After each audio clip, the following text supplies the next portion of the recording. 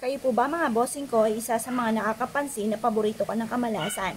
Ako po mga bossing ko ay may tuturo sa inyo upang sa ganon mawala na ang mga kamalasan na yan. Basta positive ka lamang at naniniwala ka sa mga gatong mga pamamaraan. Ako po mga bossing ko, isa sa mga paborito ko na pampaswerte ay ang luya mga bossing. Lalo na ako, ang luya mga bossing ko ay may sibol. Ang tinatawag po dyan ay kuntil ng luya. Ang gagawin niyo lamang po mga bossing ko ay harap kayo sa liwanag ng sinag ng araw. Kagaya po nitong aking ginagawang ito. At pagkatapos mga bossing ko, magwi-wish po kayo ng mula sa inyong pong puso. Halimbawa mga bossing ko, may nais kayong bilhin. At nais nyo na mabili po ito. Pero syempre mga bossing ko, pinagbibili po yan at hindi nyo po puwersahin na umalis yung tao na nakatira dyan. O kung ano man po yung binibili nyo, kailangan pinagbibili po yan at hindi po kayo mag-iisip ng masama.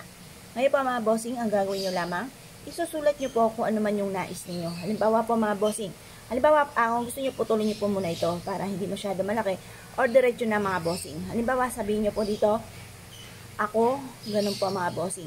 Kahit hindi nyo masyado na nakasulat, basta naisulat nyo po na kayo mismo, ang nagsulat mga boss, sabihin nyo, ako ang makakabili nito. Or kaya, mabebenta na agad itong aking pinagbibiling ito. Ganun po mga bossing. Ako pa mga bossing ko ay isa sa mga subok na paborito po ito. Ginagawa ko po ito at ura-urada po naman mga bossing ko naman ang nais ay natutupad. Ngayon pa mga bossing, huwag niyo po itong ipagsasabi. Kasi once na may nakaalam nito ay may mga kumukontra. Lalo na halimbawa hindi naniniwala, nakontra ka agad or nakainggitan ka agad, ayaw na mabibili po yun, ayaw na kayo magkakapera or suswertihin, kinukontra nila kaagad. Kaya mas mainam kung gagawa ka ng ganito, ay sikreto lamang. Huwag niyo po itong ipagsasabi. Kasi once may nakakaalam ng mga ganitong mga pamamaraan at ginawa po ninyo, nagkakaroon ng mga iba't ibang balakid at hindi natutupad ko naman yung inyo pong hinihiling.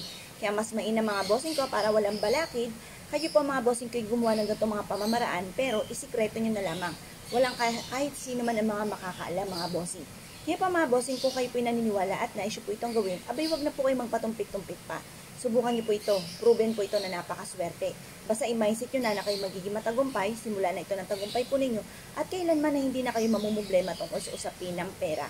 Ngayon po mga bossing ko kayo po naniniwala at naisyo po itong gawin, ay siya mga bossing, good luck po sa inyo po lahat. At syempre mga bossing ko, ipanalangin ko na kung sino man po ang gagawa ng aking mga pampaswerte, ay umamat maging matagumpay, matupad lahat ang mga pangarap sa buhay, maligtas kayo saan man kayo naroon at magkaroon kayo ng napakahabang buhay, gumaling sa inyo po mga karamdaman. Ngayon pa mga bossing, subukan niyo po itong gawin na nakaharap ka sa may silangan. Sa umaga niyo lang ito gagawin at bawal po ito sa hapon. Bawal yung pagtungtong ng alas 3 hanggang alas 5 hanggang tumungtong ang gabi. Pero kapag full moon ay pwede naman. Instead na sa araw ay sa full moon ka po haharap. Kung kayo po naniwala at naisyo po itong gawin, ay siya mga bossing. Good luck po sa inyo po lahat.